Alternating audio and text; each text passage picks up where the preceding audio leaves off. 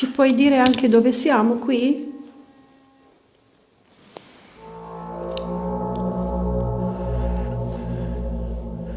Ci puoi dire dove siamo?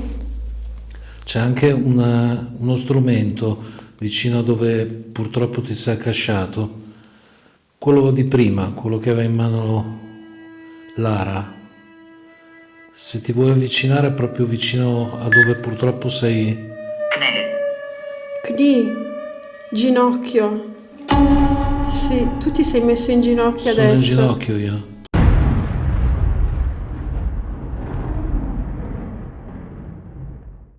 Ciao amici, benvenuti sul canale.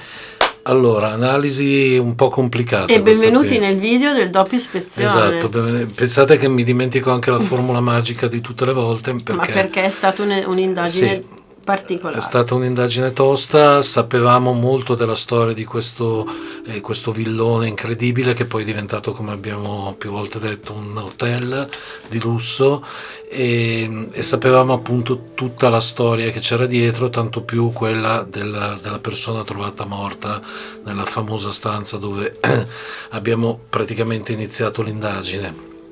E poi c'è stato quello che c'è stato, avete visto, ce la siamo veramente fatta sotto, una delle rare volte in cui veramente scappiamo, perché poi i rumori si sentono, possono essere anche inquietanti, però uno poi prende un bel fiatone, un bel sospiro e dice ok, può darsi che sia stato un qualche Ci cosa sono di rumori e esterno. rumori, ci sono rumori e Sì, rumori e questa volta ci ha fatto sì, veramente rendere conto di quello che ogni volta rischiamo, facciamo e rischiamo. esatto. E quindi le parole che abbiamo messo alla fine del video, e spero le abbiate sentite e ascoltate, sono per trasmettervi anche questo, che andare a fare un'indagine è sì una bellissima avventura, perché c'è la Certo. passione, c'è la voglia di sapere, la curiosità, il desiderio di vedere un posto nuovo, la sua storia e tutto quanto, ma è sempre un posto Sì, abbandonato e nella maggior parte dei casi, per non dire nel 99,9%, è un posto fatiscente, rischioso, dove però persone possono nascondersi. sì. Quindi possiamo anche dire, avete visto qualche tempo fa, poco tempo fa, un'indagine a Mombello. Per noi Mombello è sempre un po' un tabù perché abbiamo veramente paura non tanto degli spiriti, ma delle persone che vanno lì a fare danni, e persone pericolose, spacciatori e chi ne ha più ne metta. Ecco, però siamo arrivati alla conclusione che non è solo Mombello il problema È sono proprio i ovunque, posti lasciati lì, è ovunque. ecco, per cui è inutile stare a spiegarvi quello che abbiamo sentito, l'avete sentito, non so se era un sasso, un mobile, una sedia, io non so Non lo cosa so, sia comunque sia, caduto o c'è stato tirato dietro perché era forte. Io sì, prima ho sentito dei rumori, ho sentito quelle che mi sembravano delle voci e quando il rumore così forte si è palesato, palesato, evidenziato, insomma, qualsiasi cosa sia successo, non stai lì a dire aspetta, no, prendi e vai, cioè non affronti il demone che non c'è, non ti fai spavaldo per far vedere che cosa, ti viene la strizza e corri via, perché la esatto, prima cosa è la pelle da portare a sì. casa. Poi magari una volta usciti, una volta in macchina, una volta a casa, razionalizzi e dici magari Poteva era. essere niente, però Ma chi è che ha il coraggio? Avete visto anche voi, abbiamo inquadrato degli indumenti dentro quelle sì, sia degli indumenti anche non ammuffiti come era il resto del tutt'altro, posto e di tutt'altro. conseguenza, cioè, pensi a qualcuno che di recente sia andato lì, hanno trovato un cadavere. Eh sì, quindi Cioè, non volevamo essere noi gli altri due, insomma, ecco. insomma, voglio dire, per cui ci siamo spaventati e la prima reazione, scusatemi, da cosciente è quella di scappare. Sì. È quella di scappare. Per il resto, ragazzi, avete visto il K2 l'abbiamo lasciato praticamente tutta l'indagine da solo lì davanti insomma, alla sagoma Sì, di questo che corpo, ragazzi, che era impressionante. ragazzi, guardate, è una Sì, cosa un conto è vederla in TV, un conto è realizzare, vederla lì. esatto, realizzare quello che è successo e vedere la sagoma di una persona che è morta lì sapere che lo stato di decomposizione aveva iniziato e che quindi ha lasciato la sua traccia, è davvero davvero impressionante, davvero impressionante. Io lì, noi lì avevamo la sensazione di poter avere risposte a livello di K2 molto importanti, sì, tant'è che abbiamo lasciato una infatti aveva iniziato a brillare e sembrava che ci desse delle risposte. Sì. La stessa Alice Box ci ha dato delle risposte, mentre il K2 poi, come avete visto, si è quietato.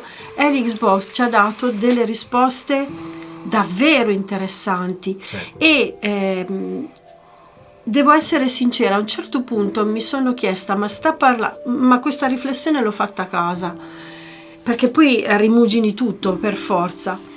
Mi sono chiesta, ma stava parlando di quello che è successo, stava parlando a noi? Perché, allora, la parola ginocchio, quando lui si è inginocchiato, nello stesso momento, e che poi abbiamo collegato anche al fatto che magari questa persona si sia sentita male, si sia accasciata e quant'altro. Poi la parola soffocare. Allora, io l'ho associata subito al fatto che questa persona possa essersi sentita male magari mangiando qualcosa, non lo so. Ma anche al fatto, e questo ci ho pensato dopo, al fatto che io avevo la mascherina e ragazzi io non riuscivo a respirare, memore del periodo che abbiamo passato, probabilmente non più abituata a tenerla, ma che ho voluto tenere perché ci avevano detto dell'amianto e anche della muffa, ed era evidente la muffa, ho detto mi tengo la mascherina. Non ce la facevo, cioè sì, mi si appannavano gli occhiali, non vedevo nulla e non riuscivo a respirare. E Alice Box ha detto soffocare. Alice Box, sì. Veramente è stata una sorpresa. Esatto. Poi per quello che riguarda il discorso, appunto, dicevo prima K2, l'abbiamo lasciato lì, vi abbiamo messo in sequenza alcuni momenti di queste riprese mute, però mute fino a un certo punto. Io adesso spero di riuscire a farvi sentire quello che noi con un impianto hi-fi decisamente importante abbiamo catturato. Non so se lo stesso risultato si potrà ottenere, sì, attraverso un video su YouTube, però comunque non è successo niente, ma si sente il rumore di fondo dell'ambiente, no? Quindi a volte anche delle macchine che passano, che a un certo punto si interrompe per piccolissime frazioni di secondo, sì, come se qualcuno, esatto, come se qualcuno stesse o per parlare o per soffiare o comunque che interferisse al rumore ambientale stesso. Allora voi sapete, non è più, insomma, è diventato un segreto di Pulcinella che io suono. Ecco, io proprio qui vicino a me ho un equalizzatore, ho un compressore e poi c'è la famosa funzione de-esser. La funzione de-esser vuol dire che isola i rumori esterni e si attiva, è come se una membrana si aprisse, si attiva nel momento in cui qualcuno parla nel microfono. Facciamo il discorso inverso, ecco, fate conto che io stessi sempre parlando e si disattiva mentre c'è una interferenza che può essere di qualunque tipo. È quello che è successo, quindi io nel momento in cui abbiamo rivisto il video, perché poi l'abbiamo risentito sia a computer che in televisione, quella parte lì, ho detto c'è una sorta di de-esser e quindi insomma è andata come è andata, ecco, e quindi vediamo se riusciamo a farvela sentire per farvi vedere la stranezza, l'anomalia nell'audio di quel momento, insomma. Bene, nient'altro da dire perché quello che avete visto l'avete visto e queste sono le anomalie. Adesso provate a sentire, mettete le cuffie se riuscite a captare queste anomalie. Se il video vi è piaciuto lasciate un like, condividetelo e alla prossima avventura. Ciao!